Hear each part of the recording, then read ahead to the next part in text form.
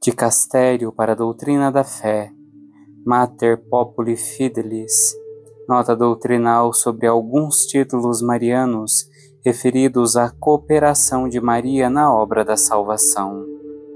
Apresentação.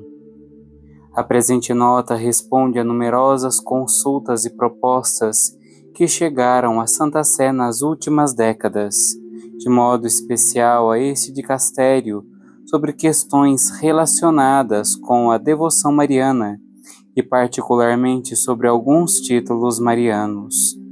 São questões que preocuparam os recentes pontífices e que foram repetidamente tratadas nos últimos 30 anos, nos diversos âmbitos de estudo do dicastério, como congressos, assembleias ordinárias, etc. Isso permitiu a esse dicastério contar com abundante e rico material que alimenta a presente reflexão.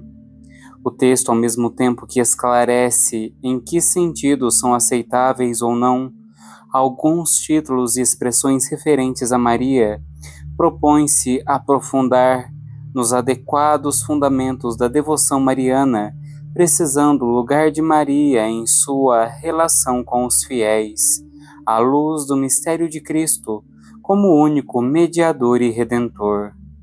Isso implica uma profunda fidelidade à identidade católica e, ao mesmo tempo, um particular esforço ecumênico.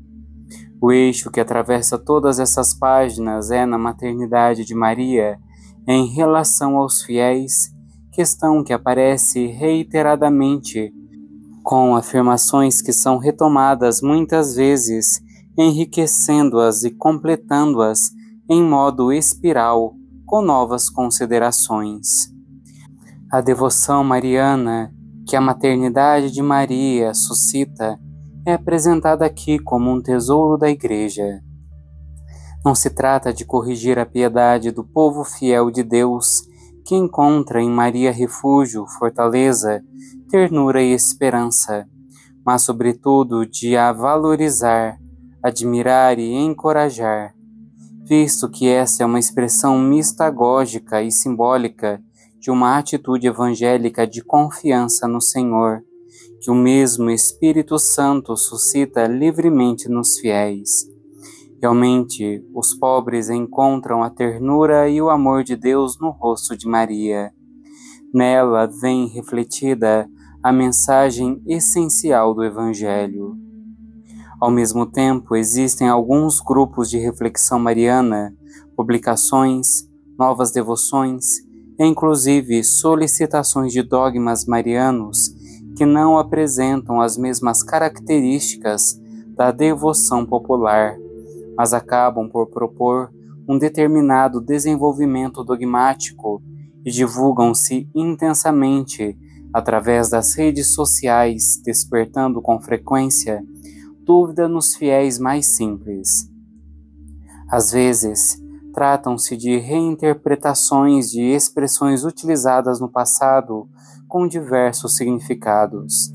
Este documento leva em consideração estas propostas para indicar em qual sentido algumas respondem a uma devoção mariana genuína e inspirada no Evangelho, ou em qual sentido outras devem ser evitadas, pois não favorecem uma adequada compreensão da harmonia da mensagem cristã em seu conjunto.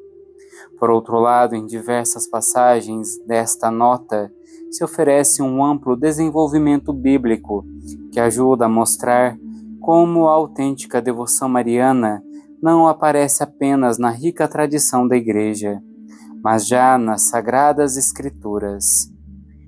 Esta destacada marca bíblica é aqui acompanhada por textos dos padres e doutores da Igreja e dos últimos pontífices. Deste modo, mais que limitar, a nota busca acompanhar e sustentar o amor a Maria e a confiança na sua materna intercessão. Victor Manuel Cardeal Fernandes, Prefeito. Introdução. Mater Populi Fidelis, a mãe do povo fiel, é contemplada com afeto e admiração pelos cristãos, Porque se a graça nos quer semelhantes a Cristo, Maria é a expressão mais perfeita da sua ação que transforma a nossa humanidade. Ela é a manifestação feminina de tudo quanto pode operar a graça de Cristo no ser humano.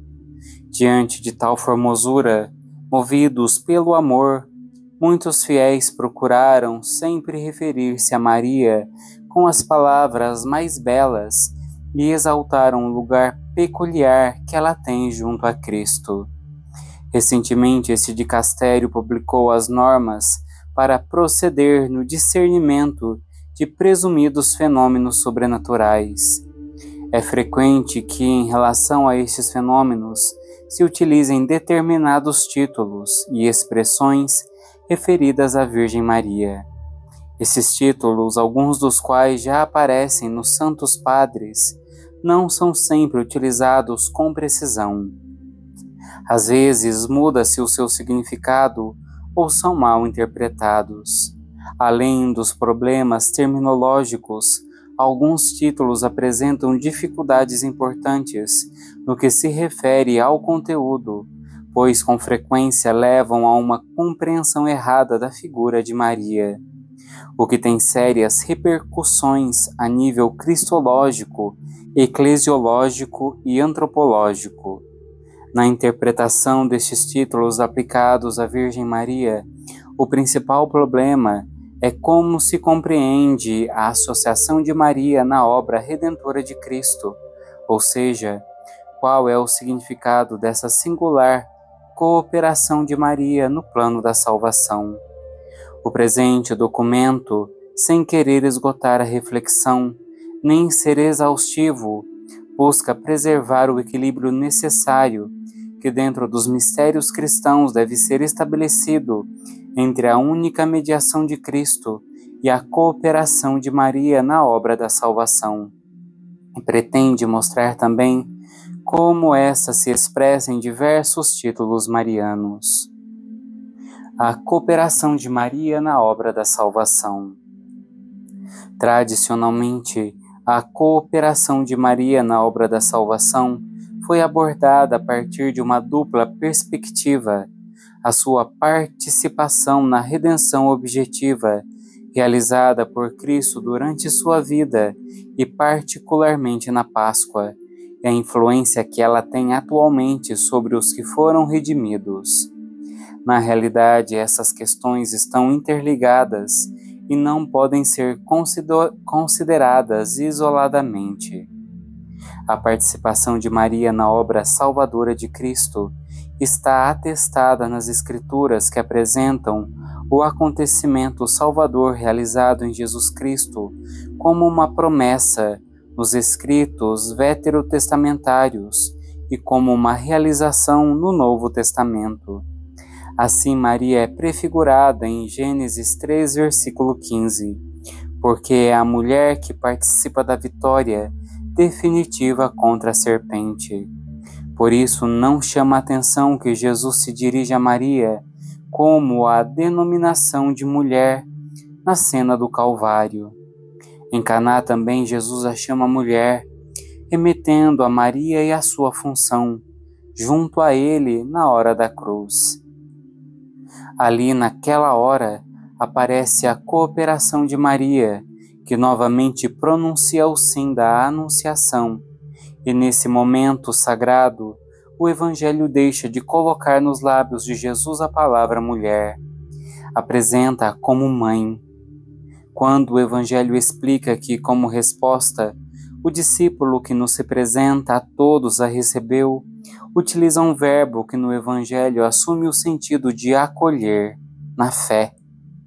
O mesmo verbo que utiliza o quarto Evangelho para expressar que a luz veio aos seus e eles não a acolheram.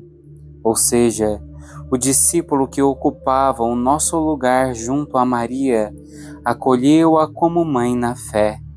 Somente depois de nos entregar Maria como mãe, Jesus reconhece que tudo se consumara. Esta solene alusão à consumação impede que o episódio seja interpretado superficialmente. A maternidade de Maria a nosso respeito constitui parte da consumação do plano divino que se realiza na Páscoa de Cristo. Em modo semelhante, o Apocalipse apresenta a mulher como mãe do Messias e como mãe do resto da sua descendência. Convém recordar que Maria de Nazaré pode ser considerada a testemunha privilegiada dos eventos narrados nos Evangelhos, que marcaram a infância de Jesus. Lucas, no prólogo do seu Evangelho, adverte os seus leitores, visto que muitos empreenderam compor uma narração dos fatos que entre nós se consumaram, como nos transmitiram os que desde o princípio foram testemunhas oculares. Ele também decidiu escrever depois de tudo ter investigado cuidadosamente desde a origem.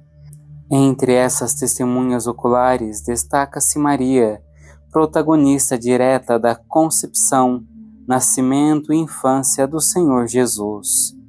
Pode dizer-se o mesmo dos relatos da paixão, já que estava junto à cruz de Jesus, e esperando Pentecostes, quando os apóstolos se entregavam à oração com algumas mulheres, entre as quais Maria, mãe de Jesus.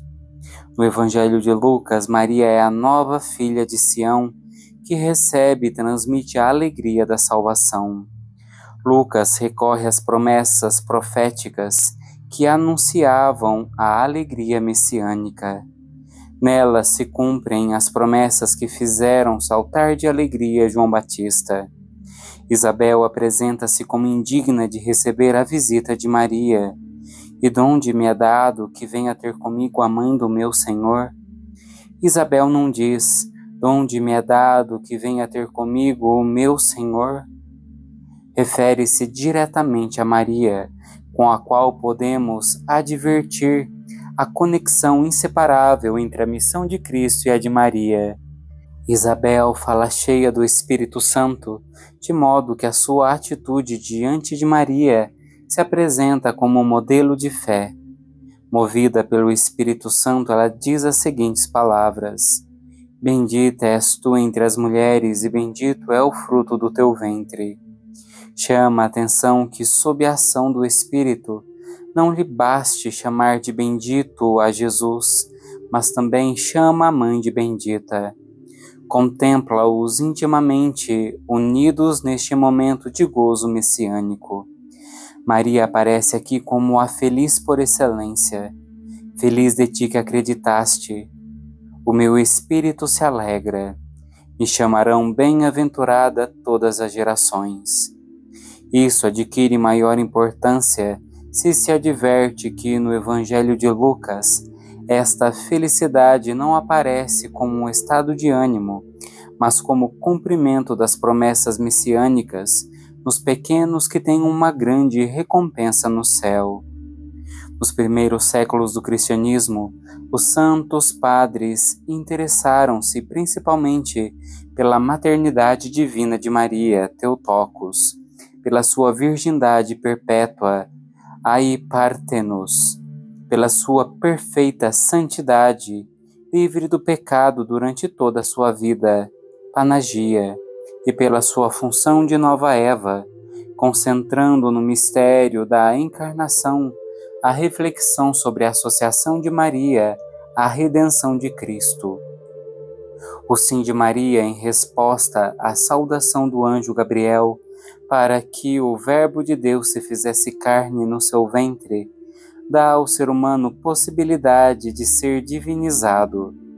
Por isso, Santo Agostinho chama a Virgem de cooperadora na redenção, sublinhando tanto a ação de Maria junto a Cristo, como a sua subordinação a Ele, porque Maria coopera com Cristo para que nasça na Igreja os fiéis, e por isso a podemos chamar Mãe do Povo Fiel. Durante o primeiro milênio, a reflexão sobre a Virgem Maria na Igreja remete à liturgia, à grande e rica diversidade das tradições litúrgicas do Oriente cristão, quis ser um eco fiel das Sagradas Escrituras, dos concílios e dos padres da Igreja. A lex orandi, que se transformou em lex credandi, configura a Mariologia oriental desde a iconografia e a piedade popular. Por exemplo, a partir do século V, estabelecem-se no Oriente as festas marianas que depois, no século VII, passaram ao Ocidente. A participação da Mãe de Deus na obra da salvação comemora-se especialmente não apenas em todas as anáforas e liturgias eucarísticas das igrejas orientais, mas sobretudo através dos textos inográficos utilizados nas horas canônicas, presentes nas diversas tradições litúrgicas do Oriente cristão. Na inografia abundam as composições dedicadas a Maria, com alegorias bíblicas, que permitiram aprofundar no mistério fundamental da encarnação e do seu significado para a redenção em Cristo, na linguagem lírica de simbolismo poético, capaz de expressar o espanto e a maravilha de quem, sendo da mesma estirpe de Maria, contempla os prodígios que o Todo-Poderoso realizou nela. O ensinamento dos primeiros concílios ecumênicos começa a delinear o dogma de Maria, Mãe de Deus, que será proclamado no Concílio de Éfeso.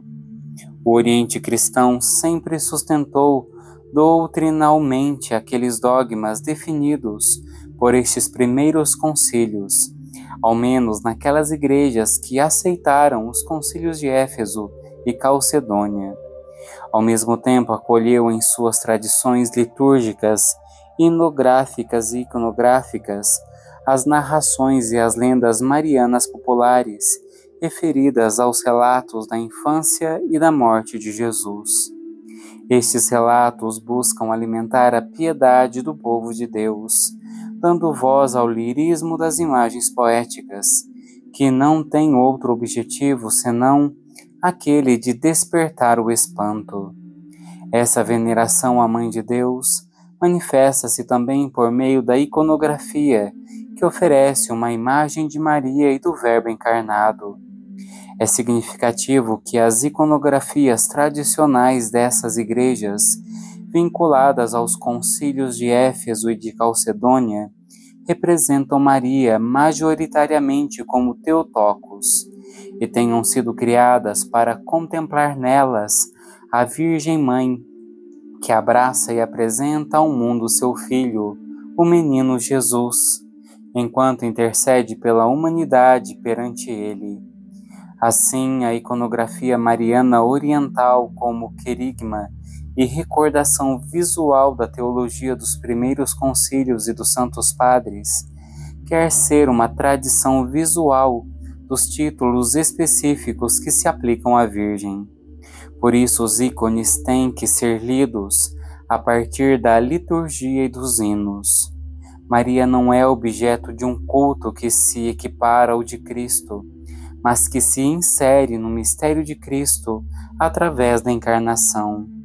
Ela é a Theotokos, a Virgem Mãe, que apresenta seu Filho Jesus, o Cristo, e é ao mesmo tempo a odegetria que mostra, apontando com sua mão, o único caminho que é Cristo. A partir do século XII, a teologia ocidental dirige o seu olhar para a relação que une a Virgem Mãe com o mistério da redenção cruenta do Calvário e relaciona a cena da espada de Simeão com a cruz de Cristo. A presença de Maria aos pés da cruz estende-se como sinal de fortaleza cristã, cheia de amor materno. São Bernardo fala da cooperação de Nossa Senhora no sacrifício redentor, num comentário sobre a apresentação de Jesus no templo. Arnaldo, amigo de São Bernardo, e abade beneditino de Bonneval, considera pela primeira vez a cooperação de Maria com o sacrifício do Calvário junto a seu Filho Jesus Cristo. A cooperação de Maria com o Filho na obra da salvação foi exposta pelo magistério da Igreja. Como diz o Concílio Vaticano II, consideram com razão os santos padres que Maria não foi utilizada por Deus como instrumento meramente passivo, mas que cooperou livremente pela sua fé e obediência na salvação dos homens. Esta associação da Virgem está presente tanto na vida terrena de Jesus Cristo, concepção, nascimento, morte e ressurreição, como no tempo da Igreja. O dogma da Imaculada Conceição destaca a primazia e unicidade de Cristo na redenção, porque também a primeira dos redimidos é redimida por Cristo e transformada pelo Espírito, antes de qualquer possibilidade de uma ação própria. É a partir dessa especial condição da primeira redimida por Cristo, de primeira transformada pelo Espírito Santo, que Maria pôde cooperar mais intensa e profundamente com Cristo e com o Espírito, convertendo-se em protótipo, modelo e exemplo do que Deus quis realizar em cada pessoa redimida. A colaboração de Maria na obra da salvação tem uma estrutura trinitária, porque é fruto de uma iniciativa do Pai, que olhou a pequenez de sua serva. Brota da quênosis do Filho que se humilhou, tomando a forma de servo, e é efeito da graça do Espírito Santo, que dispôs o coração da jovem de Nazaré para responder na anunciação e durante toda a vida de comunhão com seu Filho. São Paulo VI ensinava que, na Virgem Maria, de fato, tudo é relativo a Cristo e dependente dele. Foi em vista dele que Deus Pai, desde toda a eternidade, a escolheu Mãe toda santa e a plenificou com dons do Espírito, a ninguém mais concedidos. O sim de Maria não é uma simples condição prévia a algo que poderia ter chegado ao fim sem o seu consentimento e colaboração. A sua maternidade não é simplesmente biológica e passiva, mas é uma maternidade plenamente ativa, que se une ao mistério salvífico de Cristo como um instrumento querido pelo Pai no seu projeto de salvação. Ela é a garantia de que ele, enquanto nascido de mulher, é autêntico homem, porém ela é também, desde a proclamação do dogma de Nicéia, a Theotokos, a que dá a luz a Deus. Títulos referidos à cooperação de Maria na salvação. Dentre os títulos com os quais se invocam Maria, Mãe de Misericórdia, Esperança dos Pobres, Auxílio dos Cristãos, Socorro, Advogada, etc., há alguns que fazem referência com maior medida à sua cooperação na obra redentora de Cristo, como, por exemplo, corredentora e medianeira. Corredentora. O título de corredentora aparece no século XV como correção à invocação de redentora, como abreviação de Mãe do Redentor, que Maria vinha recebendo desde o século X.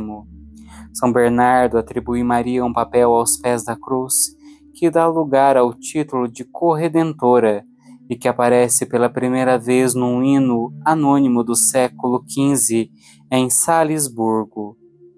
Ainda que a denominação de redentora se tenha mantido durante os séculos XVI e XVII, desapareceu totalmente no século XVIII para ser substituída por corredentora.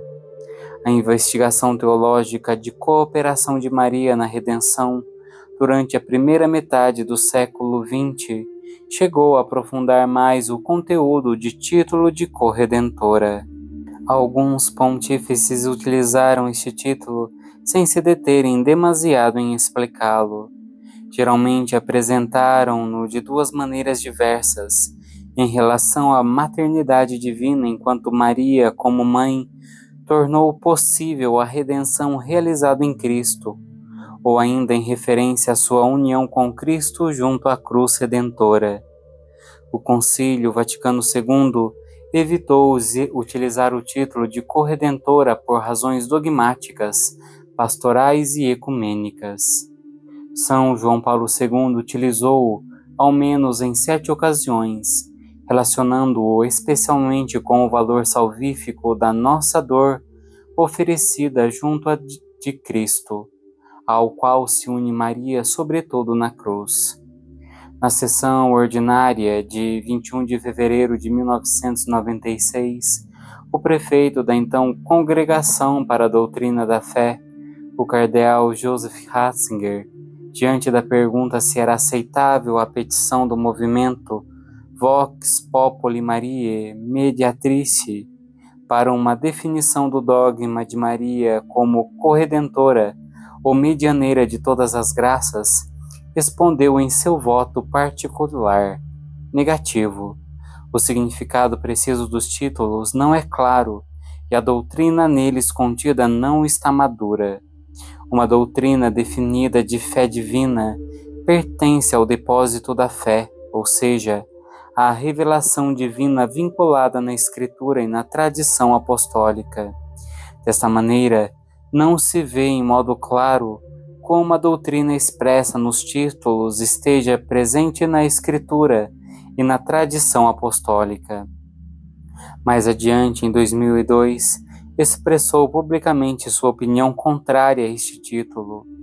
A fórmula corredentora distancia-se em demasiado da linguagem da Escritura e da patrística e, portanto, provoca mal-entendidos. Tudo procede dele, como dizem sobretudo as cartas aos Efésios e aos Colossenses. Maria é o que é graças a ele. A palavra corredentora obscureceria essa imagem. O cardeal Ratzinger não negava que houvesse na proposta de uso deste título boas intenções e aspectos válidos, porém sustentava que era um vocábulo equívoco. O então cardeal mencionava as cartas aos Efésios e aos Colossenses, onde o vocabulário utilizado e o dinamismo teológico dos hinos apresenta de tal modo a centralidade redentora única e fontalidade do Filho encarnado, que resta excluída a possibilidade de agregar outras mediações, porque toda espécie de bênçãos espirituais nos são dadas em Cristo, porque por ele somos filhos adotivos, e nele fomos agraciados. Pelo seu sangue temos a redenção, e ele derramou sobre nós sua graça. Nele fomos escolhidos como sua herança, e estávamos predestinados. E Deus quis nele fazer habitar toda a plenitude, e por ele, para ele, reconciliar todas as coisas. Semelhante louvor sobre o lugar único de Cristo convida a situar qualquer criatura num lugar claramente receptivo, bem como a uma religiosa e delicada cautela na hora de colocar qualquer forma de possível cooperação no âmbito da redenção.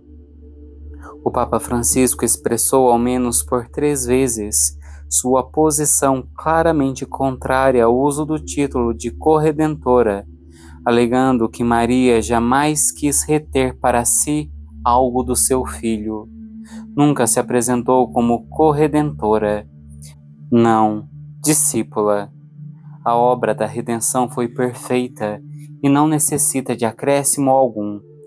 Por isso, Nossa Senhora não quis tirar nenhum título a Jesus. Ela não pediu para ser uma quase redentora ou corredentora. Não. O Redentor é um só, e este título não se duplica. Cristo é o único Redentor. Não existem corredentores com Cristo, porque o sacrifício da cruz oferecido com coração amante e obediente apresenta uma satisfação superabundante e infinita. Se bem que nós possamos prolongar no mundo seus efeitos, nem a Igreja nem a Maria podem substituir ou aperfeiçoar a obra redentora do Filho de Deus encarnado, que foi perfeita e não necessita de acréscimos. Levando em consideração a necessidade de explicar o papel subordinado de Maria a Cristo na obra da redenção, é sempre inoportuno o uso do título de corredentora para definir a cooperação de Maria. Este título corre o risco de obscurecer a única mediação salvífica de Cristo e, portanto, pode gerar confusão e desequilíbrio na harmonia das verdades da fé cristã, pois não há salvação em nenhum outro, pois não há debaixo do céu qualquer outro nome dado aos homens que nos possa salvar. Quando uma expressão requer muitas e constantes explicações para evitar que se desvie de um significado correto, não presta um bom serviço à fé do povo de Deus e torna-se inconveniente. Nesse caso, não ajuda a exaltar Maria como primeira e máxima colaboradora na obra da redenção e da graça, porque o perigo de obscurecer o lugar exclusivo de Jesus Cristo, Filho de Deus feito homem por nossa salvação, único capaz de oferecer ao Pai um sacrifício de valor infinito, não seria uma verdadeira honra a Maria. Com efeito, ela, como serva do Senhor, orienta-nos para Cristo e pede-nos para fazer o que Ele vos disser. Medianeira. O conceito de mediação é utilizado na patrística oriental a partir do século VI. No século seguinte, Santo André de Creta, São Germano de Constantinopla e São João Damasceno utilizam este título com diferentes significados. No Ocidente, tornou-se mais frequente o seu uso a partir do século XII, ainda que apenas no século XVII será enunciado como tese doutrinal.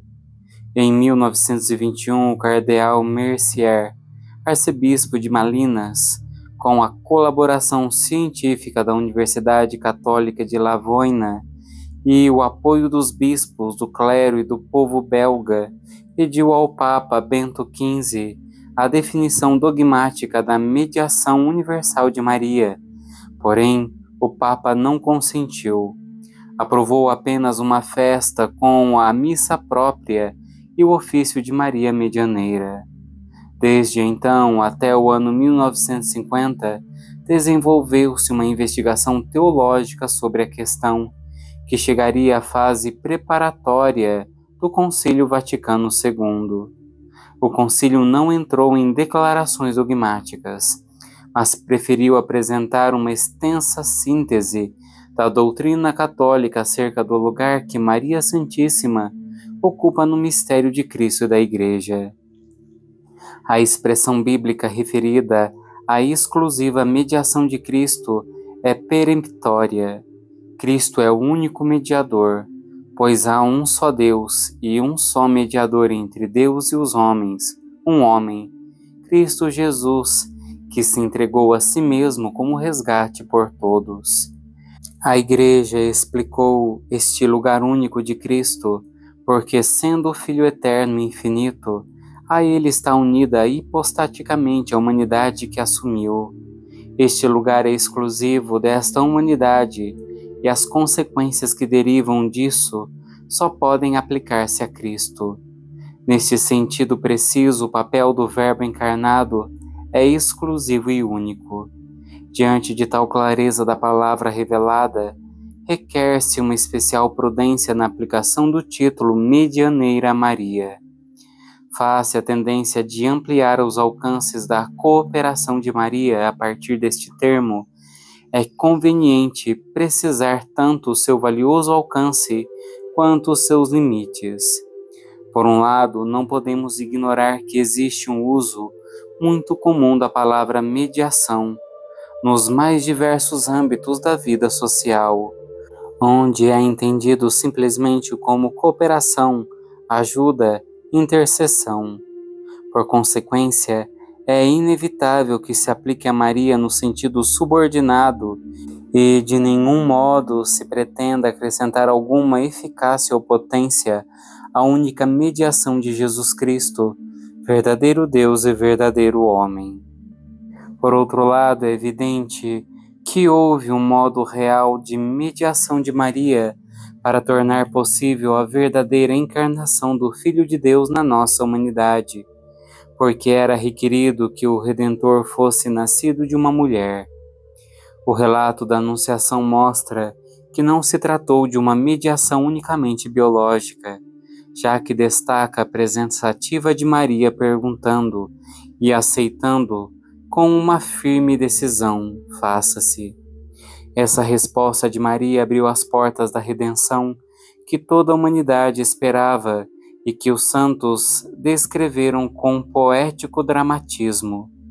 Também nas bodas de Caná, Maria cumpriu uma função de mediadora quando apresentou a Jesus a necessidade dos esposos e quando pediu aos servidores que seguissem as indicações de Jesus. A terminologia da mediação do Concílio Vaticano II aparece referida sobretudo a Cristo, mas às vezes também a Maria, porém de maneira claramente subordinada. Com efeito, para ela, preferiu-se usar outra terminologia centrada na cooperação ou na ajuda maternal. O ensinamento do concílio formula claramente a perspectiva da intenção materna de Maria, com expressões como múltipla intercessão e proteção maternal. Estes dois aspectos unidos configuram a especificidade da cooperação de Maria na ação de Cristo pelo Espírito. Em sentido estrito, não podemos falar de outra mediação na graça que não seja do Filho de Deus encarnado. Por isso é necessário recordar sempre e não obscurecer a convicção cristã de que deve crer-se firmemente como dado perene da fé da Igreja, a verdade de Jesus Cristo, Filho de Deus, Senhor e único Salvador, que no seu evento da encarnação, morte e ressurreição, realizou a história da salvação, a qual tem nele a sua plenitude e o seu centro. Maria na mediação única de Cristo. Ao mesmo tempo, necessitamos recordar que a unicidade da mediação de Cristo é inclusiva, ou seja, Cristo possibilita diversas formas de participação no cumprimento do seu projeto salvífico, porque, em comunhão com Ele, todos podemos ser, de alguma maneira, cooperadores de Deus, mediadores um para com os outros. Precisamente porque Cristo tem um poder infinitamente supremo, Ele pode promover os seus irmãos e torná-los capazes de uma verdadeira cooperação na realização de seus desígnios.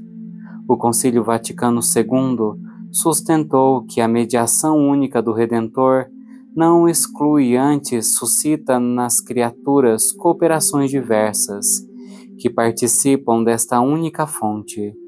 Por isso, há que aprofundar o conteúdo desta mediação participada, que deve ser todavia regulada pelo princípio da única mediação de Cristo.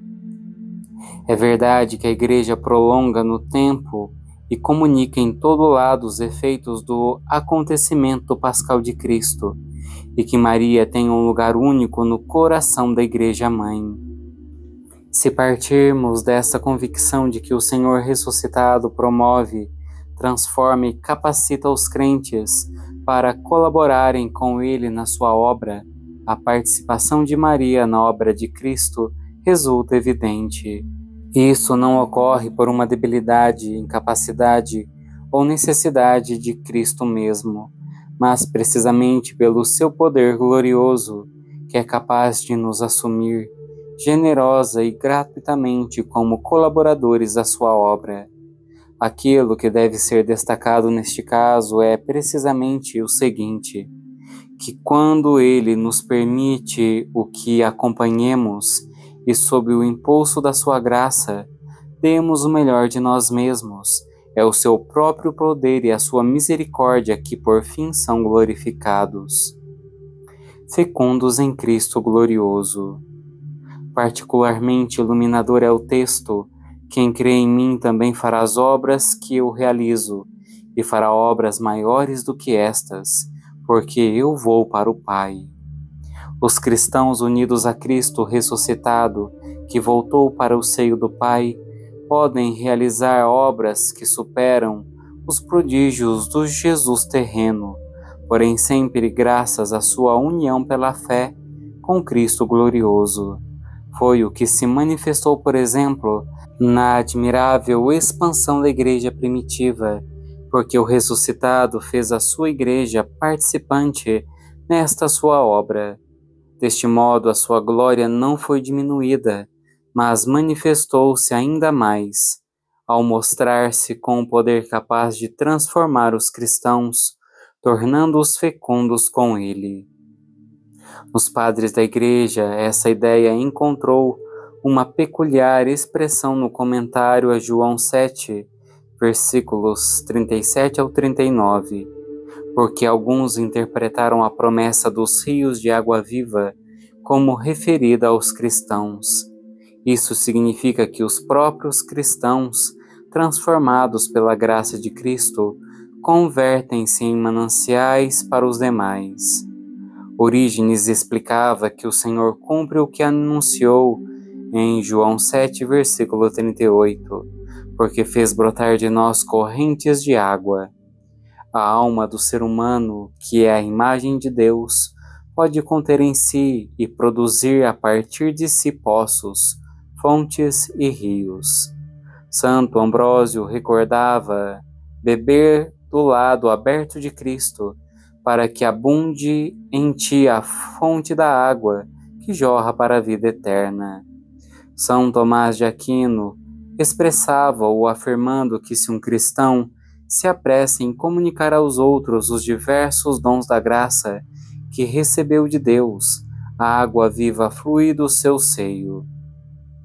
Se isto vale para cada cristão, cuja cooperação com Cristo se torna cada vez mais fecunda, quanto mais se deixa transformar pela graça, com maior razão se deve afirmar de Maria, de um modo único e supremo, porque ela é a cheia de graça, que, sem colocar obstáculos à obra de Deus, disse: Eis a serva do Senhor, faça-se em mim segundo a tua palavra. Ela é a mãe que deu ao mundo o autor da redenção e da graça, que se manteve firme junto à cruz, sofrendo com o Filho, oferecendo a dor do seu coração materno, transpassado pela espada. Ela esteve unida a Cristo desde a encarnação até a cruz e a ressurreição, de modo exclusivo e superior a quanto poderia ocorrer com qualquer fiel. Tudo isso não por méritos próprios, mas porque a ela se aplicaram plenamente de forma peculiar e antecipada os méritos de Cristo na cruz, para a glória do único Senhor e Salvador. Ela é, por fim, um canto à eficácia da graça de Deus, de modo que qualquer reconhecimento da sua beleza remete imediatamente à glorificação da fonte de todo bem, a Trindade.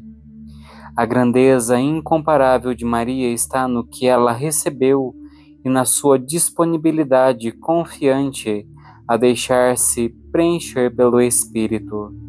Quando nos esforçamos em atribuir-lhe funções ativas paralelas às de Cristo, distanciamo-nos da beleza incomensurável que é especificamente sua. A expressão mediação participada pode expressar um sentido preciso e precioso do lugar de Maria, porém, se inadequadamente compreendida, poderia facilmente obscurecê-lo e até contradizê-lo. A mediação de Cristo, que sob alguns aspectos pode ser inclusiva ou participada, sob outros aspectos é exclusiva e incomunicável. Mãe dos fiéis.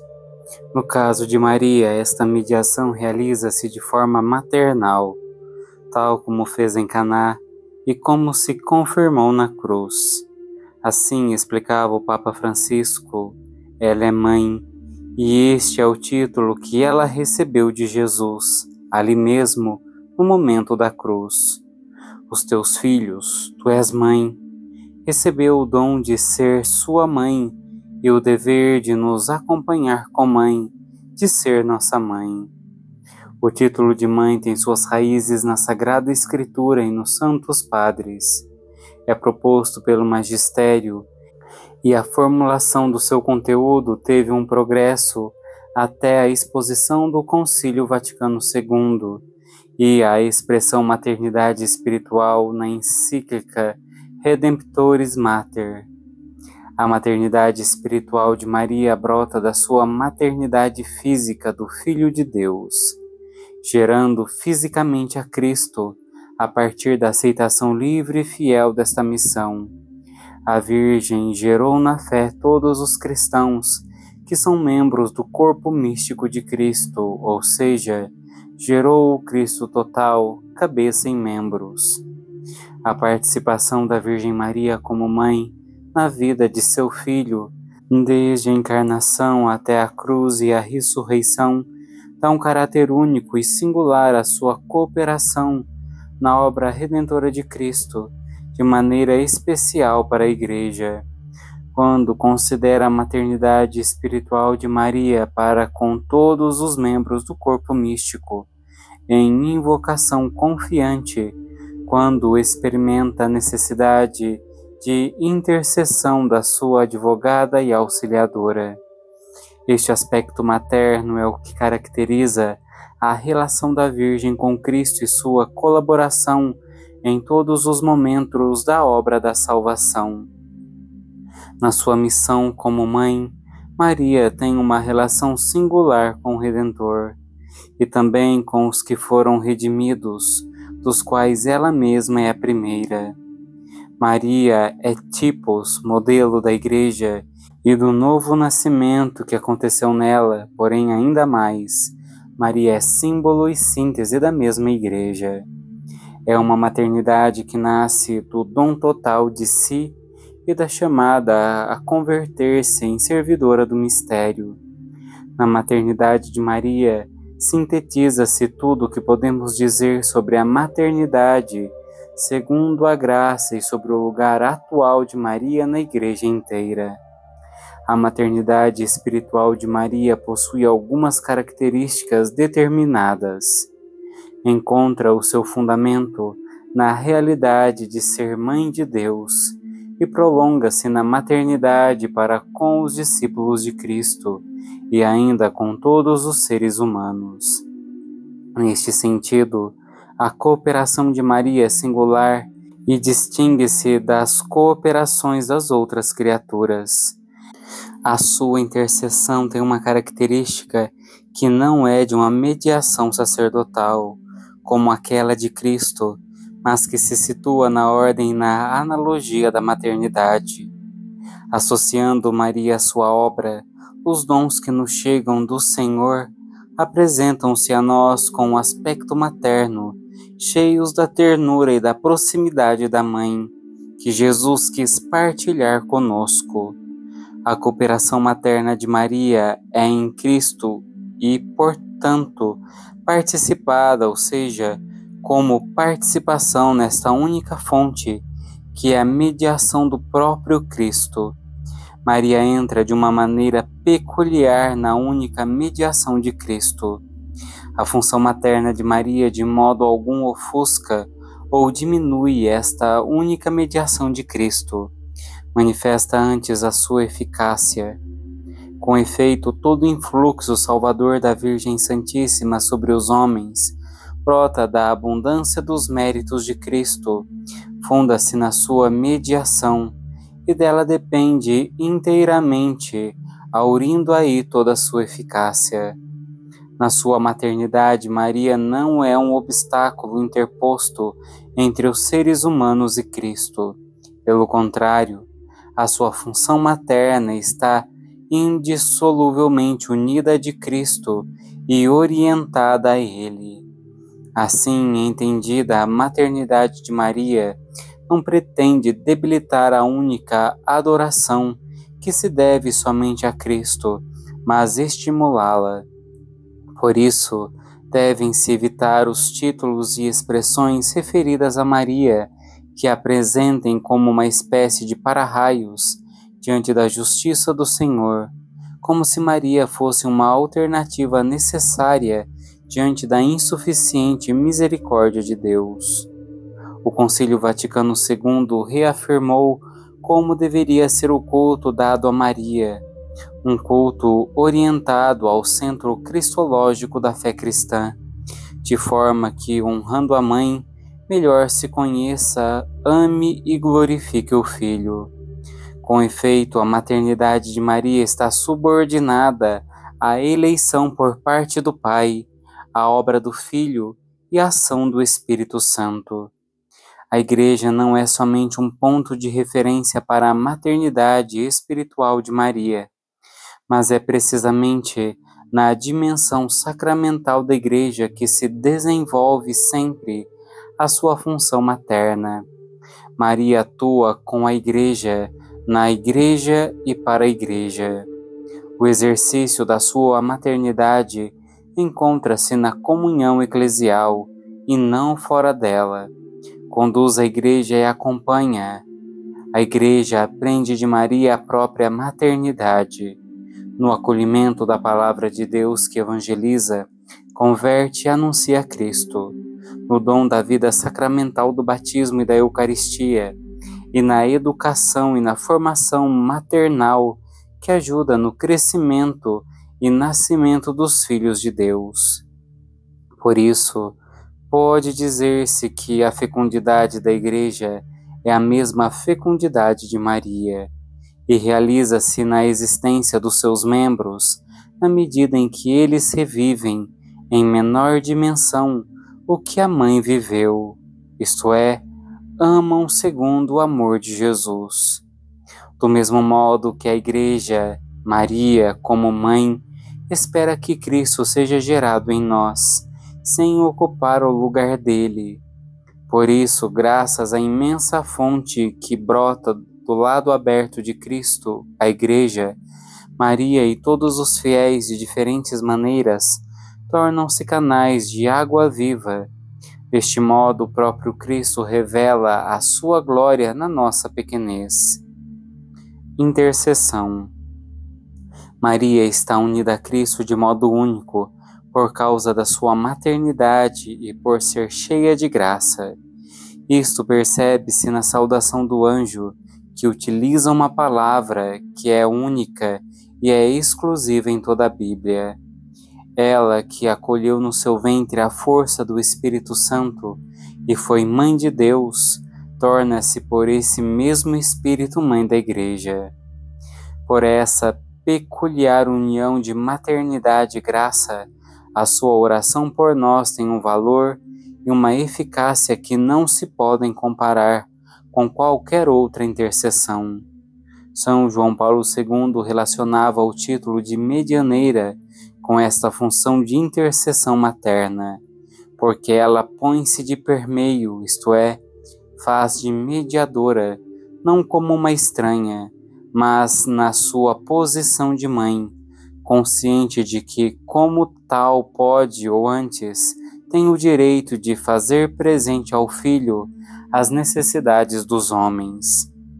A fé católica lê nas Escrituras que aqueles que estão junto a Deus no céu podem continuar a realizar semelhantes atos de amor, intercedendo por nós e acompanhando-nos.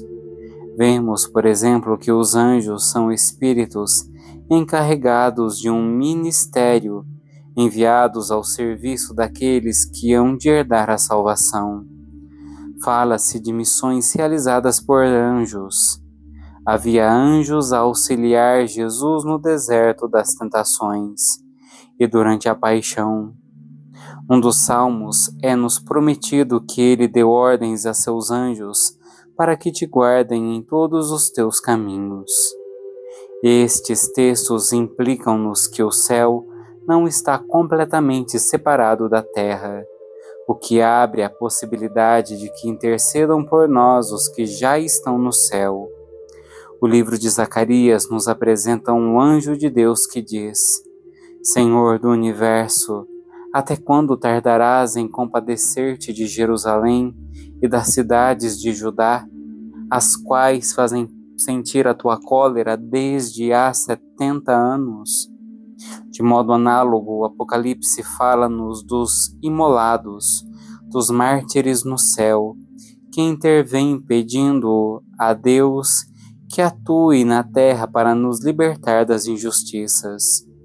Vi debaixo do altar as almas dos que tinham sido mortos, por causa da palavra de Deus e por causa do testemunho que deram, e clamavam em alta voz: Tu que és o poderoso, o santo, o verdadeiro, até quando esperarás para julgar e tirar vingança do nosso sangue sobre os habitantes da terra?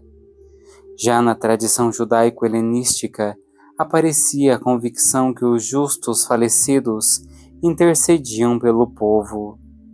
Maria, que no céu ama o resto da sua descendência, assim como acompanhava a oração dos apóstolos quando receberam o Espírito, também agora acompanha as nossas súplicas com a sua intercessão materna.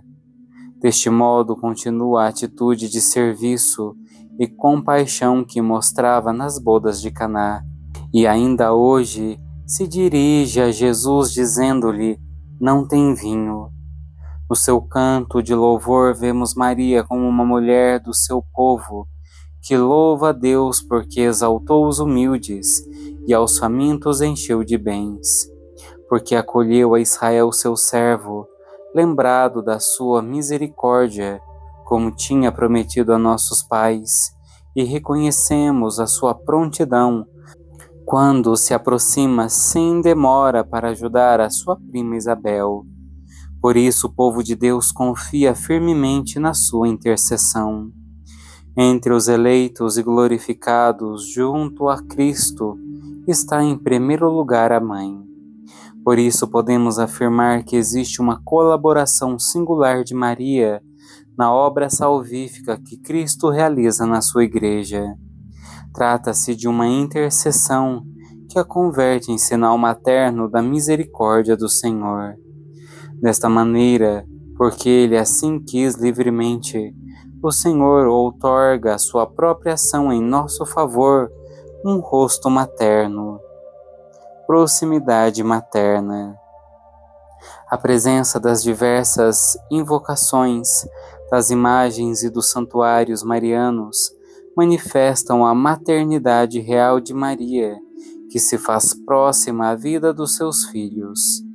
Exemplo disso é a manifestação da mãe ao índio São Juan Diego no Monte Tepeyac.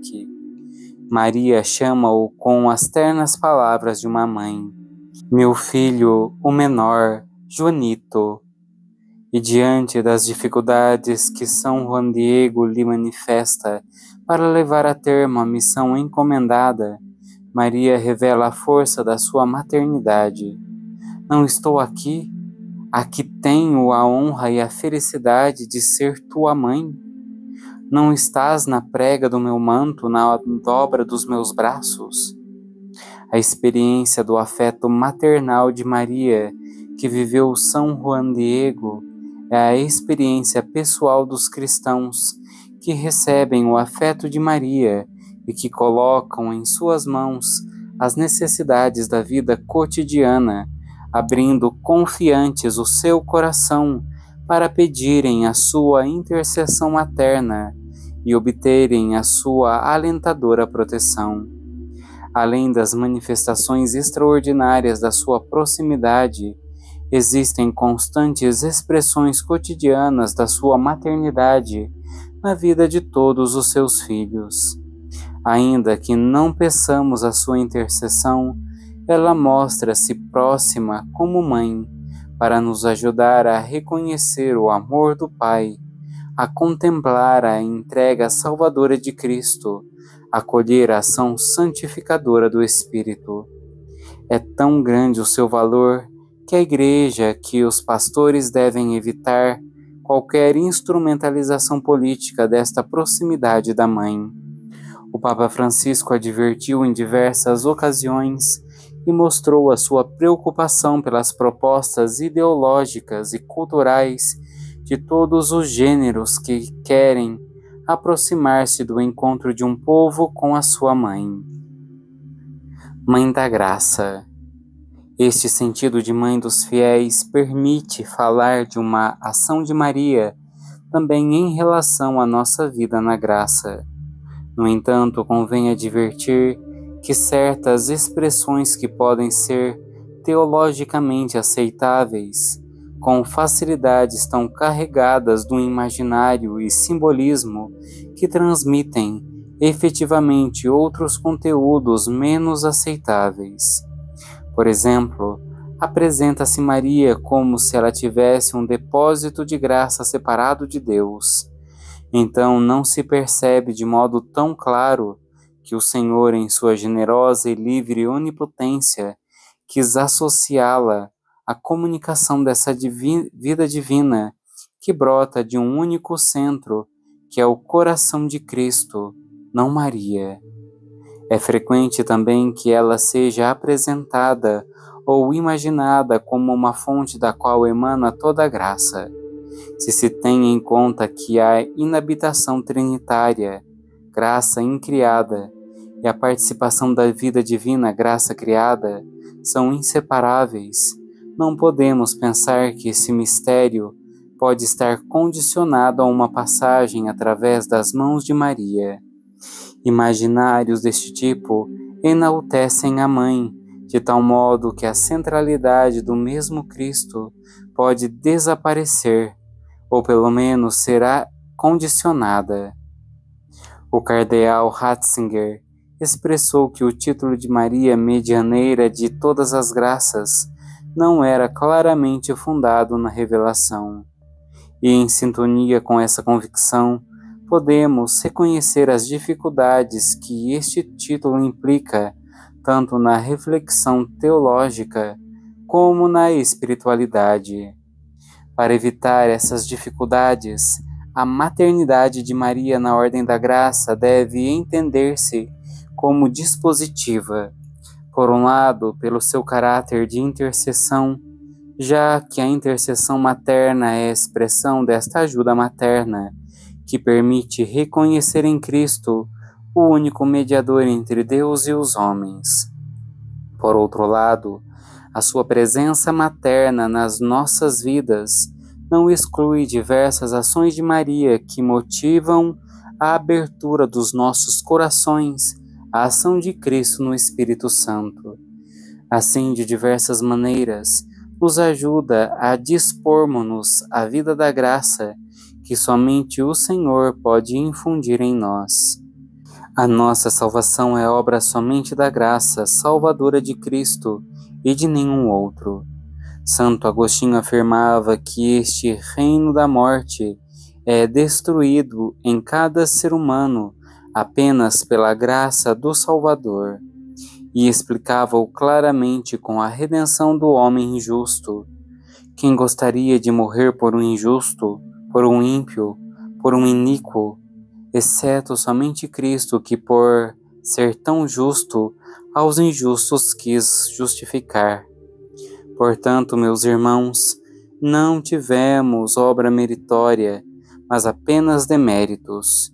Porém, ainda que tais eram as obras dos homens, sua misericórdia não os abandonou, e no lugar do castigo devido, outorgou-lhes a graça que não mereciam, para resgatar-nos, não a preço nem de ouro nem de prata, mas a preço do seu sangue derramado. Por isso, quando Santo Tomás de Aquino se perguntou se alguém pode merecer por outro, respondeu que ninguém, salvo Cristo, pode merecer para outrem a primeira graça. Nenhum outro ser humano pode merecê-la em sentido estrito de condigno. E neste ponto não existe nenhuma dúvida. Embora ninguém possa ser justo senão pela comunicação dos méritos da paixão de nosso Senhor Jesus Cristo, também a plenitude de graça de Maria existe, porque ela recebeu gratuitamente, antes de qualquer ação sua, em vista dos méritos de Jesus Cristo, Salvador do gênero humano. Somente os méritos de Jesus Cristo, entregue até o fim, são os que se aplicam à nossa justificação, pois maior obra é a justificação do ímpio, que termina pelo bem eterno da participação divina, do que a criação do céu e da terra. No entanto, um ser humano pode participar com seu desejo do bem do irmão, e é razoável, congruo, que Deus atenda a esse desejo de caridade que a pessoa expressa orando ou pelas próprias obras de misericórdia. É verdade que este dom da graça pode ser derramado apenas por Deus, já que excede a capacidade da nossa natureza e que existe uma distância infinita entre a nossa natureza e a sua vida divina. Todavia, pôde fazê-lo cumprindo o desejo de mãe, que deste modo se associa alegremente à obra divina como humilde serva. Como em Caná, Maria não diz a Cristo o que tem de fazer. Ela intercede, manifestando a Cristo as nossas carências e necessidades e os nossos sofrimentos, para que Ele atue em seu poder divino. Não tem vinho. Também hoje ela nos ajuda a dispormos-nos à ação de Deus. Fazei o que Ele vos disser. As suas palavras não são uma simples indicação, mas convertem-se numa verdadeira pedagogia materna, que introduz a pessoa sob a ação do Espírito, no sentido profundo do mistério de Cristo.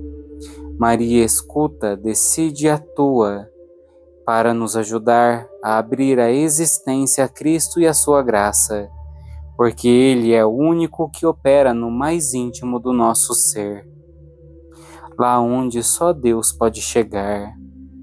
Como nos recorda o Catecismo, a graça santificante é, antes de tudo, principalmente o dom do Espírito, que nos justifica e nos santifica.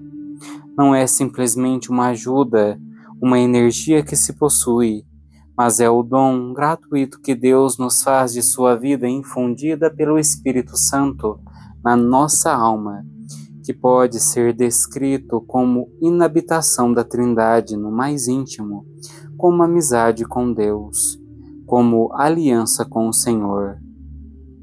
Exclusivamente Deus pôde fazê-lo, porque implica superar uma desproporção infinita. Essa doação de si da Trindade, este penetrar na alma por parte de Deus mesmo, implica um efeito de transformação inerente no mais íntimo do cristão. São Tomás de Aquino, por essa penetração no íntimo do ser humano, utiliza esse verbo que somente poderia aplicar-se a Deus, ilabe, já que apenas Deus, não sendo uma criatura, pode chegar a essa intimidade pessoal sem violar a liberdade e a intimidade da pessoa. Somente Deus chega ao mais íntimo da pessoa para realizar a sua eleição e transformação quando se entrega como amigo e, por isso, nenhuma criatura pode conferir a graça. São Tomás repete ao falar da graça sacramental, enquanto causa principal, só Deus causa o efeito interior do sacramento. Quer porque só Deus penetra na alma no que recebe o efeito do sacramento, e não pode nenhum agente obrar imediatamente onde não está. Quer também porque a graça, efeito interior do sacramento, vem só de Deus. Outros autores expressaram-se em modo semelhante, entre os quais destaca-se São Boaventura. Ele ensinava que Deus opera com a graça santificante num mero ser humano, torna-o absolutamente imediato a ele. Deus, por graça, faz-se plenamente próximo ao ser humano com sua absoluta imediatez, com um entranhar-se no íntimo do ser humano que somente ele pode realizar. A mesma graça criada, então, não opera como um intermediário, mas é um efeito direto da amizade que Deus presenteia, tocando diretamente o coração humano. E assim, sendo Deus quem realiza a transformação da pessoa, quando se entrega como amigo, não existe meio algum entre Deus e o ser humano transformado. Somente Deus é capaz de penetrar assim tão profundo para santificar, até fazer-se absolutamente imediato, e apenas Ele pode fazê-lo sem anular a pessoa. Na encarnação, o Filho eterno e natural de Deus assume uma natureza humana que ocupa um lugar único na economia da salvação. Hipostaticamente unida ao Filho por uma graça que é, sem dúvida alguma, infinita, esta humanidade recebeu a graça segundo uma eminência máxima. Por isso, pela eminência da graça que recebeu, compete-te sibi, distribuir essa graça aos outros, o que pertence à razão da cabeça. Essa humanidade participa na efusão da graça santificante, que dela transborda ou abunda.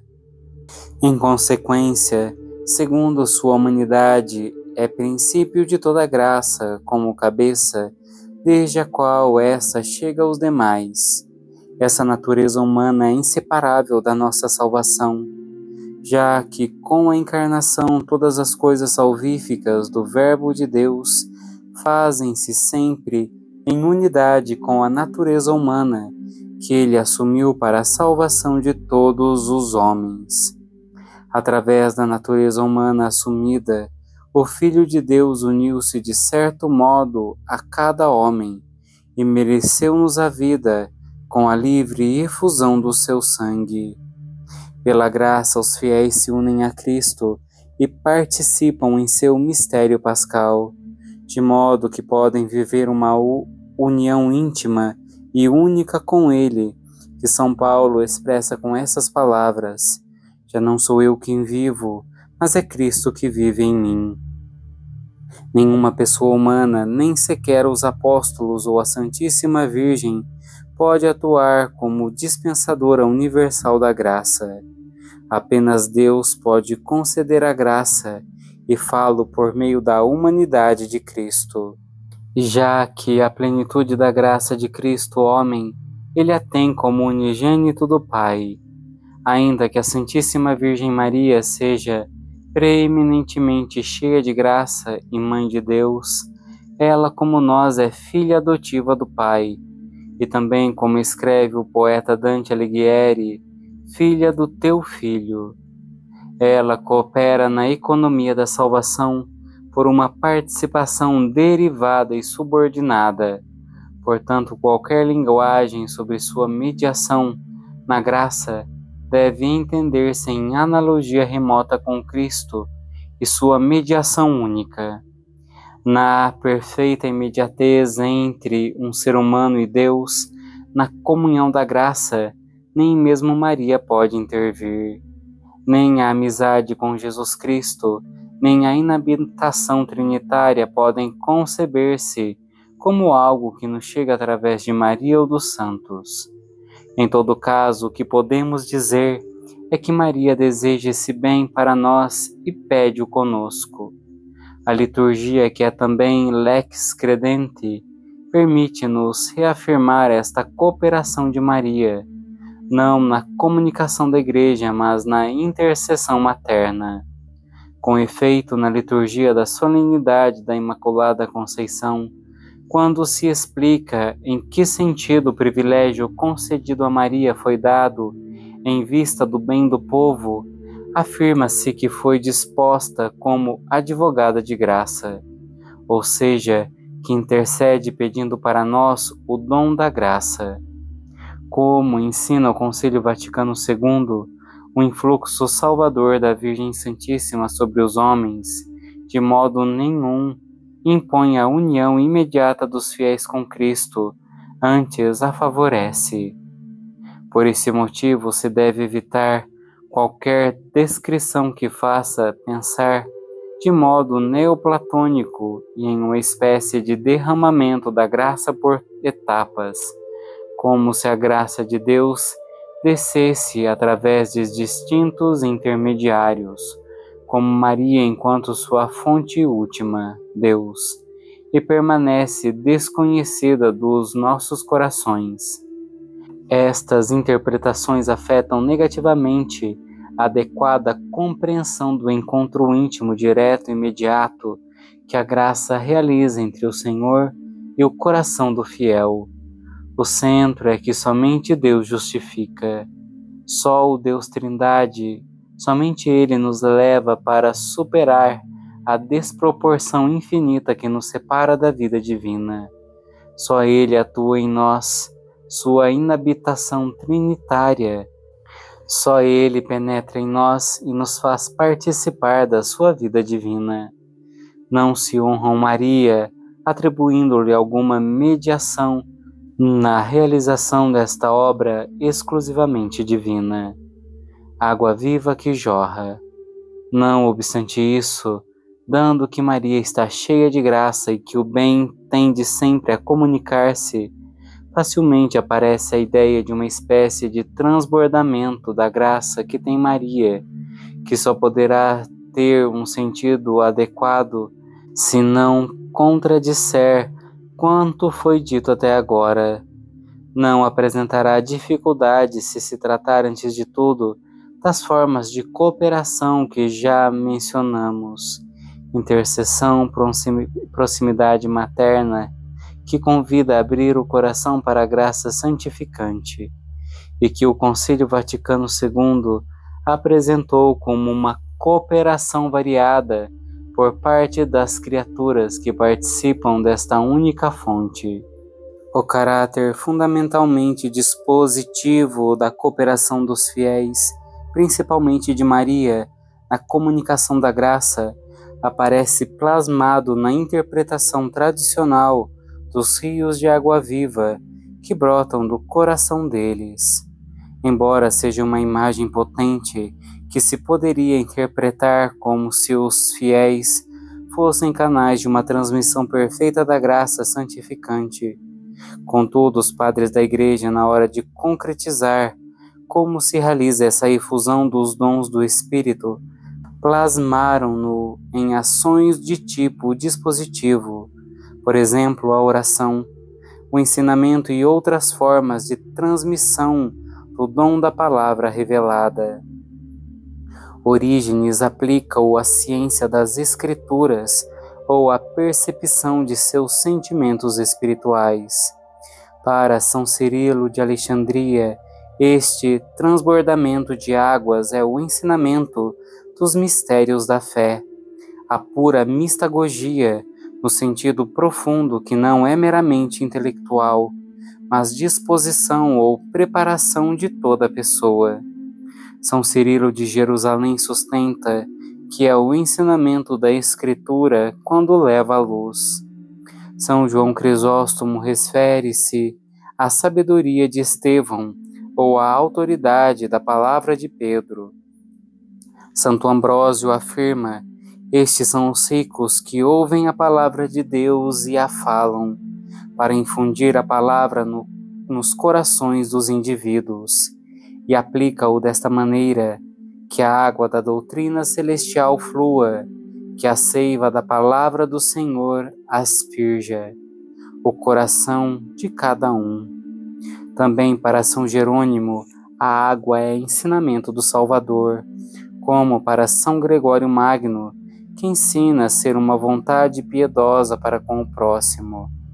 Estas interpretações dos rios de água viva que derramam os cristãos concentram-se no conhecimento das Escrituras e seus mistérios, e não se referem, em geral, a um conhecimento meramente intelectual, mas sapiencial e de iluminação do coração, para se abrir à realidade mesma dos mistérios.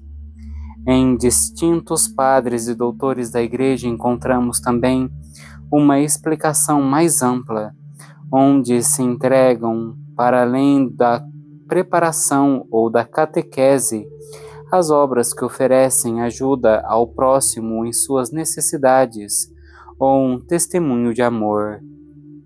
Assim, Santo Hilário entende os rios de água viva como as sombras do Espírito Santo, através das virtudes que atuam para benefício do próximo. Santo Agostinho aplica a imagem à benevolência com a qual se deseja ajudar o próximo. Na Idade Média, continua-se essa perspectiva que chega até Santo Tomás de Aquino, para quem os rios de água viva se manifestam, porque quando alguém se apressa a aconselhar o próximo e comunica aos outros diversos dons da graça, de seu seio jorram águas vivas. Quando Santo Tomás fala dos diversos dons da graça para o serviço do próximo, refere-se aos diversos dons carismáticos, porque, como se diz, a um se dá o dom das línguas, a outro o de curas, etc. Esse aspecto também está presente em São Cirilo de Jerusalém. Ele indica que os rios de água do Espírito, que se comunicam através dos cristãos, são manifestados quando este se serve da língua de uns para o carisma de sabedoria, ilumina a mente de outros com o dom da profecia, concede a alguém o poder de expulsar os demônios. O Espírito fortalece em alguns a temperança, em outros a misericórdia, ensina alguém a prática do jejum e da vida ascética. Algo semelhante podemos dizer com relação à interpretação de João 14, versículo 12, referindo aos fiéis que realizam obras maiores, maedzona, que as do Cristo terreno. Os fiéis participam da obra de Cristo enquanto eles também, de algum modo, estimulam a fé dos outros com o anúncio da palavra. Assim se diz explicitamente em João 17, versículo 20b, aqueles que hão de crer em mim por meio da sua palavra. O mesmo se sugere em João 14, versículo 6 ao 11, onde as obras de Cristo são as que manifestam o Pai.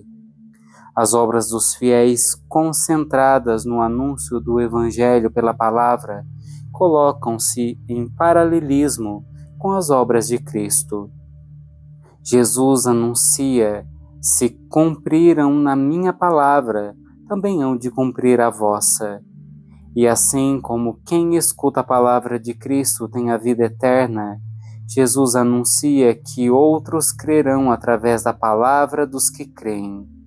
Todavia, isto implica não apenas as palavras, mas também o testemunho eloquente dos cristãos.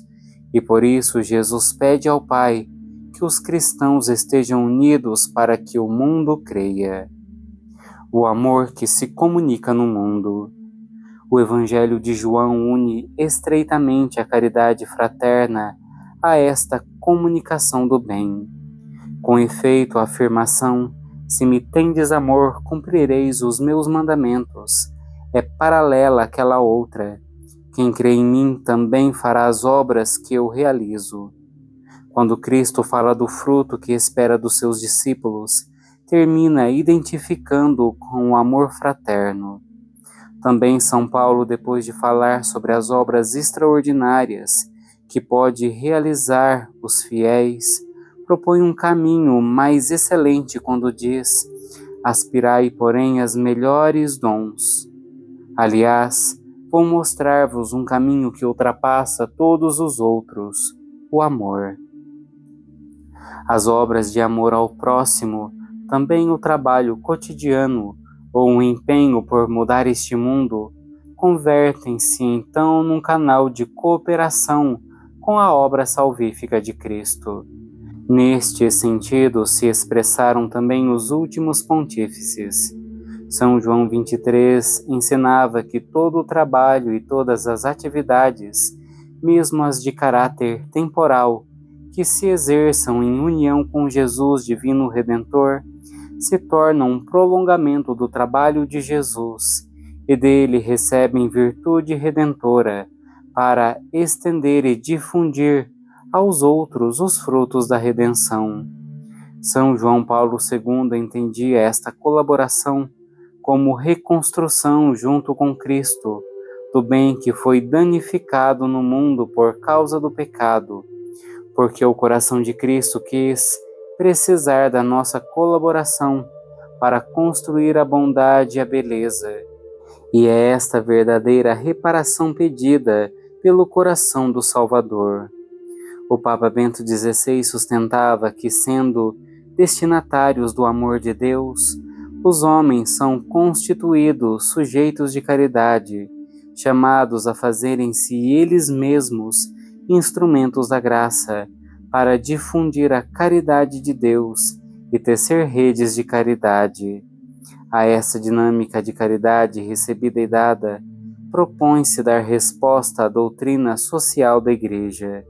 E o Papa Francisco ensinou que, para Santa Teresinha do Menino Jesus, não se trata apenas de deixar que o coração de Cristo difunda a beleza do seu amor no nosso coração, através de uma confiança total, mas também que, através da própria vida, chegue aos outros e transforme o mundo.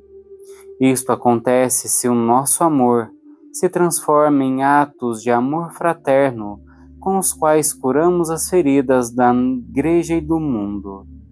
Deste modo, oferecemos novas expressões da força restauradora do coração de Cristo. Esta é a cooperação possibilitada por Cristo e suscitada pela ação do Espírito, que no caso de Maria distingue-se da cooperação de qualquer outro ser humano pelo caráter materno de Cristo mesmo, na cruz lhe atribuiu. Critérios.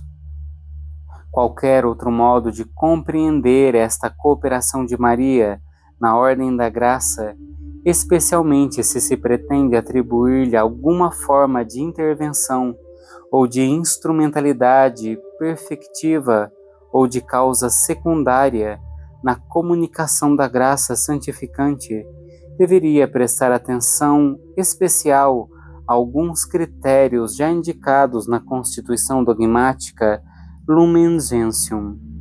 Devemos refletir sobre o modo como Maria pôde favorecer a nossa união imediata com o Senhor que Ele mesmo realiza ao conferir a graça que só de Deus podemos receber, sem entender, porém, a união com Maria como mais imediata do que aquela com Cristo.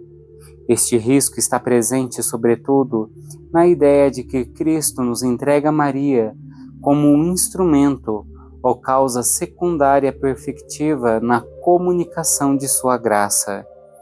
O Concílio Vaticano II sublinhou que todo o influxo salvador da Virgem Santíssima sobre os homens se deve ao beneplácito divino e não a qualquer necessidade.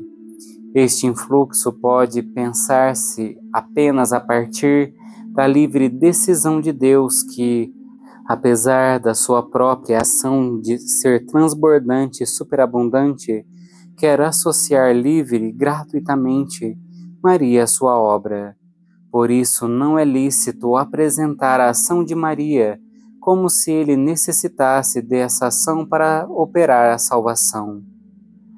Devemos entender a mediação de Maria não como um complemento para que Deus possa operar plenamente com maior riqueza e beleza, mas de maneira que nada tire nem acrescente a dignidade e eficácia do único mediador que é Cristo. Ao explicar a mediação de Maria, deve ressaltar-se que Deus é o único Salvador que aplica de modo exclusivo os méritos de Jesus Cristo, os únicos necessários e completamente suficientes para nossa justificação. Maria não substitui o Senhor em algo que Ele não faça, não subtrai nem acrescenta. Se na comunicação da graça ela não acrescenta nada à mediação salvífica de Cristo, não deve pensar-se em Maria como o instrumento primário dessa doação. Se ela acompanha uma ação de Cristo por obra do mesmo Cristo, de modo nenhum isso deve ser entendido como uma ação paralela, ou melhor, sendo associada a Ele. É Maria que recebe do seu Filho um presente que a situa mais além de si mesma, porque é-lhe concedido acompanhar a obra do Senhor com seu caráter materno.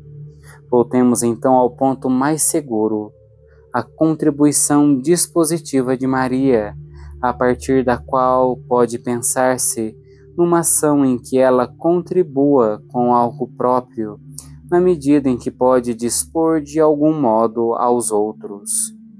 Porque pertence à potência suprema conduzir ao fim último, enquanto as potências inferiores ajudam à consecução deste fim dispondo. Tudo o que foi dito anteriormente não ofende ou humilha Maria, porque todo o seu ser reporta ao seu Senhor. A minha alma glorifica o Senhor. Para ela não existe outra glória que a de Deus. Sendo mãe, duplica a sua alegria vendo como Cristo manifesta a beleza inesgotável e superabundante de sua glória, curando, transbordando e enchendo de si o coração desses filhos, que ela acompanhou no seu caminho até o Senhor. Portanto, um olhar dirigido a ela que nos distraia de Cristo ou a coloque no mesmo nível do Filho de Deus, ficaria fora da dinâmica própria de uma fé autenticamente mariana. As graças. Alguns títulos, como por exemplo de medianeira de todas as graças, têm limites que não facilitam a correta compreensão do lugar único de Maria. Com efeito, ela, primeira redimida, não pode ter sido medianeira da graça que ela mesma recebeu.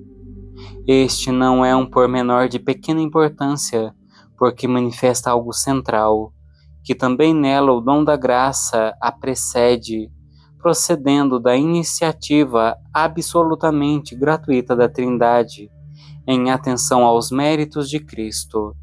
Ela, como todos nós, não mereceu a sua justificação por alguma ação sua precedente, porém nem mesmo por uma ação posterior. Também para Maria, a sua amizade com Deus pela graça será sempre gratuita. A sua figura preciosa é testemunha suprema da receptividade fiel de quem, mais e melhor do que qualquer outro, se abriu com docilidade e plena confiança à obra de Cristo, e ao mesmo tempo é o melhor sinal do poder transformador dessa graça. Por outro lado, o título antes mencionado corre o perigo de ver a graça divina como se Maria se convertesse em uma distribuidora dos bens ou energias espirituais em conexão com a nossa relação pessoal com Jesus Cristo. Contudo, a expressão graças referida à materna ajuda de Maria em distintos momentos da vida pode ter um sentido aceitável.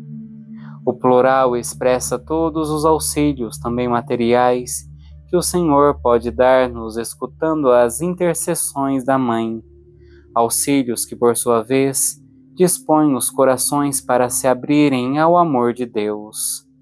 Deste modo, Maria, como Mãe, tem uma presença na vida cotidiana dos fiéis muito superior à proximidade que possa ter qualquer outro santo. Ela, com sua intercessão, pode implorar para nós os impulsos internos do Espírito Santo, que chamamos graças atuais. Trata-se daqueles auxílios do Espírito Santo que operam também nos pecadores para os dispor à justificação, e também nos já justificados pela graça santificante para os estimular ao crescimento. Nesse sentido preciso deve interpretar-se o título de Mãe da Graça. Ela humildemente colabora para que abramos o coração ao Senhor, que é o único que pode justificar-nos com a ação da graça santificante, ou seja, quando Ele derrama em nós a sua vida trinitária, habita em nós como amigo e nos faz participantes da sua vida divina. Isto é exclusivamente obra do mesmo Senhor, porém não exclui que, através da oração materna de Maria, possam chegar aos fiéis aquelas palavras, imagens e estímulos diversos que os ajudem a seguir adiante na vida, a dispor o coração à graça que o Senhor infunde ou a crescer na vida da graça recebida gratuitamente. Essas ajudas chegam até nós do Senhor e nos são apresentadas com um aspecto materno, cheias da ternura e da proximidade da Mãe, que Jesus quis compartilhar conosco. Maria desempenha assim uma ação singular para nos ajudar a abrir o coração a Cristo e a sua graça santificante, que eleva e cura. Quando ela se comunica fazendo chegar diversas moções, essas devem ser entendidas sempre como estímulos para abrir nossas vidas ao único que opera no mais íntimo do nosso ser, a nossa união com Maria.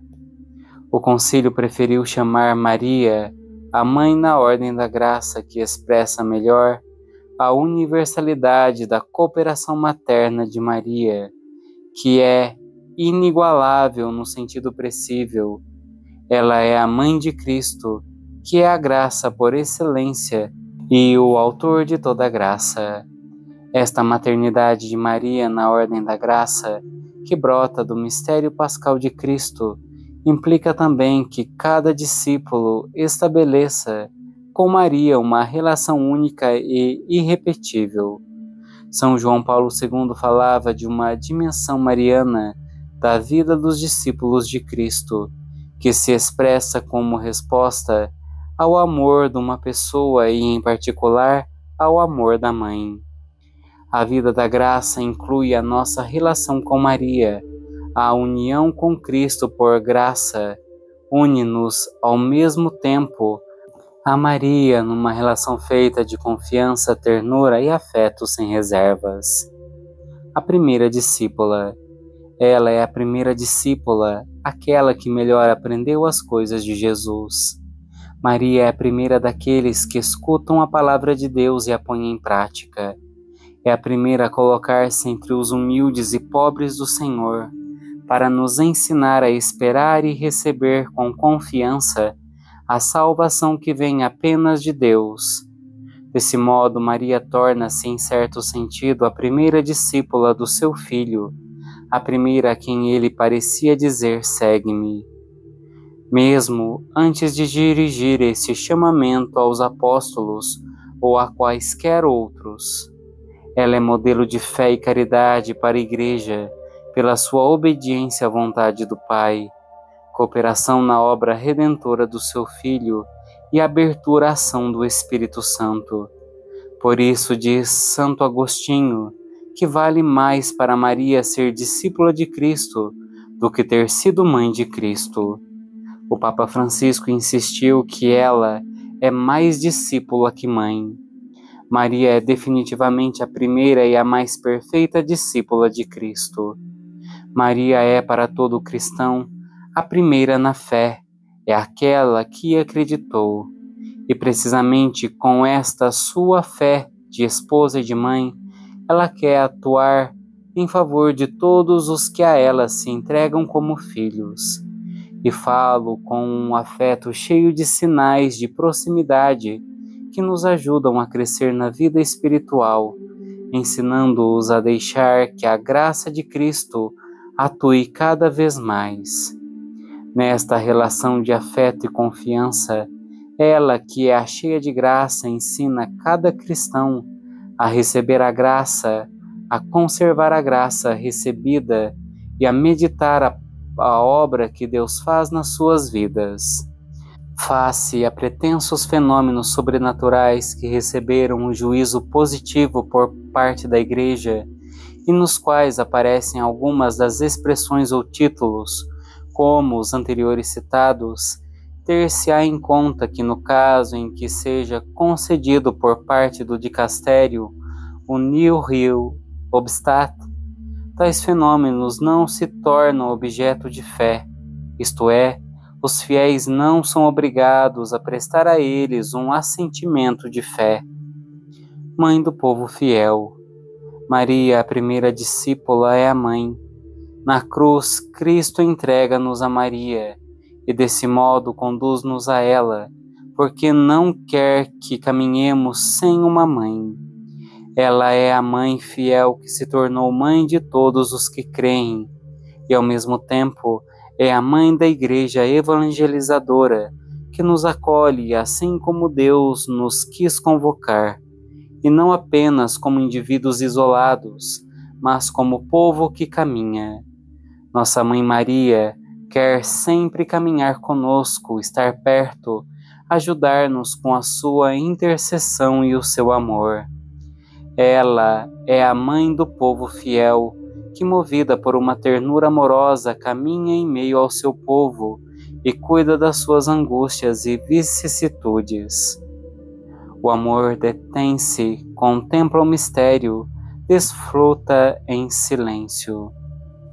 O povo fiel não se distancia de Cristo nem do Evangelho quando se aproxima dela, mas é capaz de ler nesta imagem materna todos os mistérios do Evangelho, porque nesse rosto materno vê refletido o Senhor que nos busca, que vem ao nosso encontro com braços abertos, que se detém diante de nós, que se inclina e nos levanta até a altura do seu rosto, que nos olha com amor e não nos condena.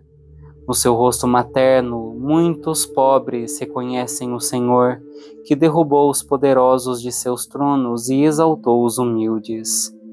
Esse rosto de mulher canta o mistério da encarnação. Nesse rosto de mãe, transpassada pela espada, o povo de Deus reconhece o mistério da cruz, e esse mesmo rosto, banhado pela luz pascal, percebe que Cristo está vivo. E ela, que recebeu o Espírito em plenitude, é quem sustenta os apóstolos em oração no cenáculo. Por isso podemos dizer que a fé de Maria, atendo-nos ao testemunho apostólico da Igreja, torna-se de alguma maneira incessantemente a fé do povo de Deus que está a caminho. Como diziam os bispos latino-americanos, os pobres encontram a ternura e o amor de Deus no rosto de Maria. Nela vem refletida a mensagem essencial do Evangelho. O povo simples e pobre não separa a Mãe gloriosa de Maria de Nazaré, que encontramos nos Evangelhos. Pelo contrário, reconhece a simplicidade através da glória e sabe que Maria não deixou de ser uma deles. É aquela que, como qualquer mãe, carregou no ventre o seu filho, o amamentou e o criou com carinho, e com a ajuda de São José, não lhe faltando os sobressaltos e as dúvidas da maternidade. Ela é aquela que canta ao Deus que, aos famintos encheu de bens e aos ricos despediu de mãos vazias. Sofre com os noivos que ficam sem vinho para a festa. Sabe correr para dar uma mão à sua prima, que necessitava ajuda. Se deixa ferir como que atravessada por uma espada, por causa da história do seu povo, onde o seu filho é sinal de contradição. Compreende o que é ser migrante ou exilado. Na sua pobreza só pode oferecer um par de pombinhos, e sabe que é desprezada por ser da família do pobre carpinteiro. Os povos sofredores reconhecem que Maria caminha com eles lado a lado e por isso reconhecem a ela, sua mãe, implorando ajuda. A proximidade da mãe produz uma piedade mariana popular que tem expressões diversas nos distintos povos. Os mais variados rostos de Maria, coreano, mexicano, congolês, italiano e tantos outros, são formações de enculturação do Evangelho que refletem em cada lugar da terra a ternura paterna de Deus, que chega até as entranhas dos nossos povos. Contemplamos a fé do povo de Deus, onde tantos irmãos que creem reconhecem espontaneamente Maria como mãe, tal como Cristo mesmo nola propôs na cruz.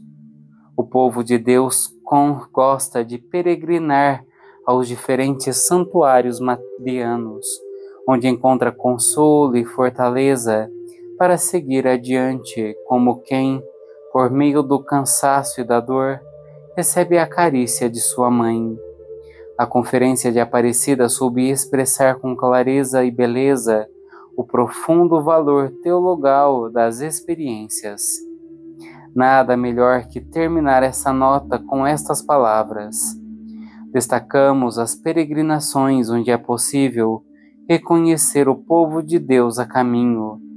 Aí o cristão celebra a alegria de se sentir imerso em meio a tantos irmãos, caminhando juntos para Deus que os espera. O próprio Cristo se fez peregrino e caminha ressuscitado entre os pobres. A decisão de caminhar em direção ao santuário já é uma confissão de fé. O caminhar é um verdadeiro canto de esperança e a chegada é um encontro de amor. O olhar do peregrino se deposita sobre uma imagem que simboliza a ternura e a proximidade de Deus. O amor se detém, contempla o mistério, desfruta dele em silêncio. Também se comove derramando todo o peso de sua dor e de seus sonhos. A súplica sincera, que flui confiante, é a melhor expressão de um coração que renunciou à autossuficiência, reconhecendo que sozinho nada pode. Um breve instante condensa uma viva experiência espiritual. Mãe do povo fiel, rogai por nós. O Sumo Pontífice Leão XIV, no dia 7 de outubro de 2025, memória litúrgica de Nossa Senhora do Rosário, aprovou a presente nota, decidida na sessão ordinária deste dicastério do dia 26 de março de 2025, e ordenou sua publicação. Dado em Roma, na sede do Dicastério para a Doutrina da Fé, aos 4 de novembro de 2025, memória litúrgica de São Carlos Borromeu. Victor Manuel Cardeal Fernandes, prefeito. Monsenhor Armando Mateu, secretário para a sessão doutrinal. E Papa Leão XIV, dia 7 de outubro de 2025.